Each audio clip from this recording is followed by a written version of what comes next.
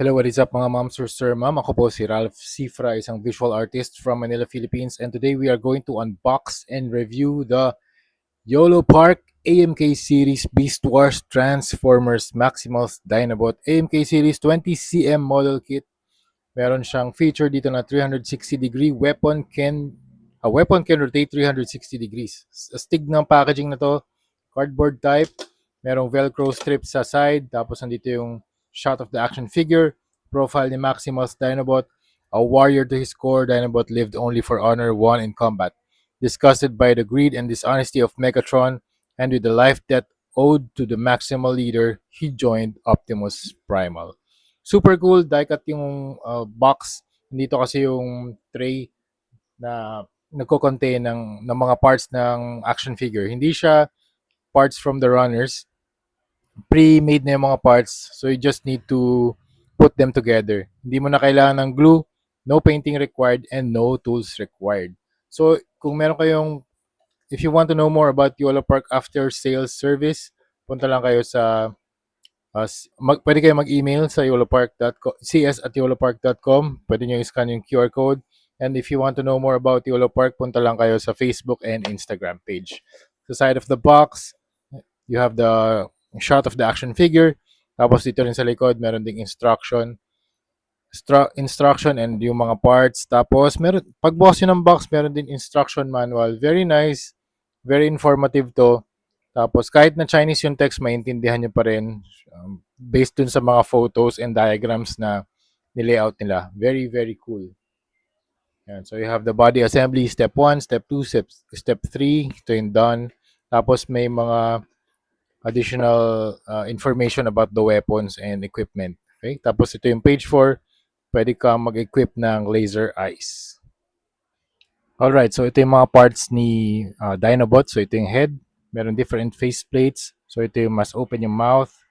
Meron din yung ito yung upper part ng kanyang face, and then ito yung lower part ng kanyang jaw. Ito, nagagalaw to, na articulate yan. So you can open that.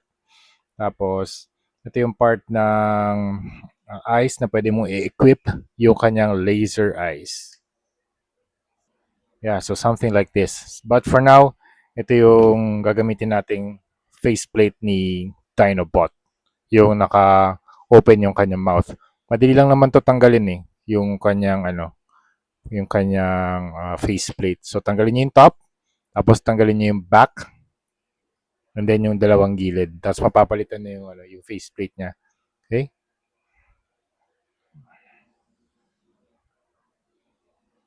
Alright, so that's the head. This is the chest. Tapos ito yung right arm niya. Ito yung left arm. You have the left leg, the right leg. Very cool parts. Ang ganda ng paint job na ginawa nila dito. Tapos ito yung mga accessories. Ito yung parang some sort of a sword. And this is the tail na umiikot siya 360 degrees. Ang ganda ng mga features na ginagamit nila dito. Very smooth yung ikot ng very smooth yung rotation niya. Very cool. Tapos ito yung dalawang paa. Yan. So assemble na natin. Very simple lang yung pagbibuild dito. Ko-connect nyo lang siya using the pegs. So itong head, ball joint, papasok mo lang dito sa peg. And then yung kanyang arms, ganun din. Same lang. So meron itong mga butterfly joint. So press mo lang dito para flat. Okay? Para flat ito yung chest niya. Very cool. Meron pang head ng raptor. Okay? Press mo lang din dito. Okay? Medyo rotate para mas stable yung kabit. Okay? Tapos dito, ganun din. Other side. And then sa legs, ito yung kanyang left leg. Okay. Then the feet. Ito. I think pareho lang yung sa feet. Wala namang difference kung left or right. Alright, Dinobot stands around 20 centimeters tall. Ganda ng color palette na ginamit nila dito. So you have the blue, the orange, the brown. Tapos meron ka pang inner part dito na mas lighter. So para siyang skin tone. And then you have the nice texture ng raptor dito sa kanyang chest. You have the white eyes. Tapos yung color ng kanyang skin ay blue. And then yung kanyang dito sa may stomach part ay meron mga linings ng gold. Very nice gold na color, hindi yung super saturated gold. Dito para siyang ano eh, para siyang nasa platinum style na platinum shade ng gold. So very cool shade ng gold. Tapos you have the silver and then the neutral brown.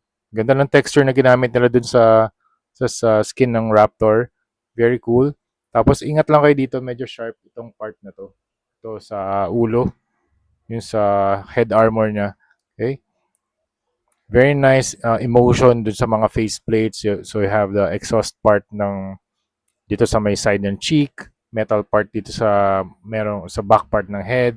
You have the backbone design, very cool. Meron ding mga spikes from na nakaturo sa left and right. So you have the backbone design. Tapos ang ganda ng trim dito na gold sa gilid niya. Tapos yung backbone design dito rin sa front meron din.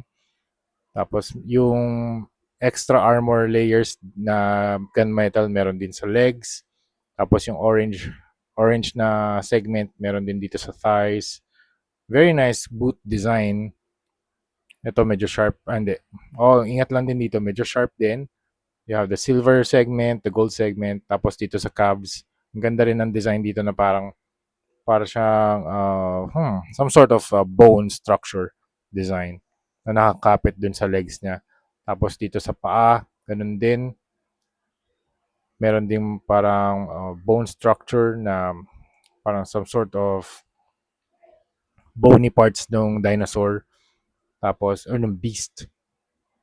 Tapos, meron ding brown part dito sa toe. Hindi ko sure kung meron tong toe articulation. Meron. Meron siyang toe articulation. Okay. So, yun yung appearance ni Dinobot. Sa hands naman niya, yung fingers niya ay 1, 2, 3, 4, 5. 5 fingers. Ganon din sa both on the left arm and sa right arm. Tapos articulated din yung kanyang hands. Cool, very cool. So let's go into articulation. Head can look up, down, down. Pwede mo i-push to. Down. Okay, tapos 360. Pwede pa rin. Kahit na medyo pointed yung kanyang chin, pwede pa rin. Okay? 360 yung kamay, ay yung elbow, yung arm rotation. Arm can move out like that. Double jointed elbow, ball joint yung kamay. Tapos pwede mong i-articulate yung hands. Hindi mo mabibend yung mga fingers pero articulated siya sa point na to. Pwede mong i-extend itong part, itong sa chest niya, itong head, raptor head. Wait lang that far. That far. Okay, tapos you can move the waist 360. Yes, pwede. Meron ding rito, chest cut sa upper torso. Ito yung lower torso. Pwede rin. 360, hindi pwede 360. Ganyan lang. Madi-disconnect na ata ito pag 360. Okay. Leg can pull down. Kick that far. Very cool. Kick back that far. Wala namang nag-hinder dito. So, mas malayo yung range of motion. Double jointed knees.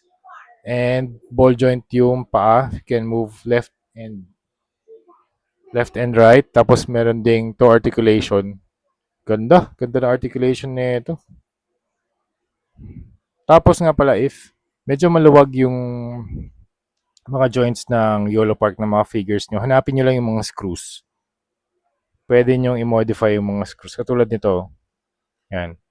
Kunwari, in time, lumuwag siya, pwede nyo higpitan. Kunwari, sobra na mahigpit, pwede nyo luwagan. Hanapin nyo lang yung mga black na screws. Okay? Tapos, pwede nyo i-modify yung yung tightness ng joint. If you want to loosen, pwede nyo i-loosen. Okay?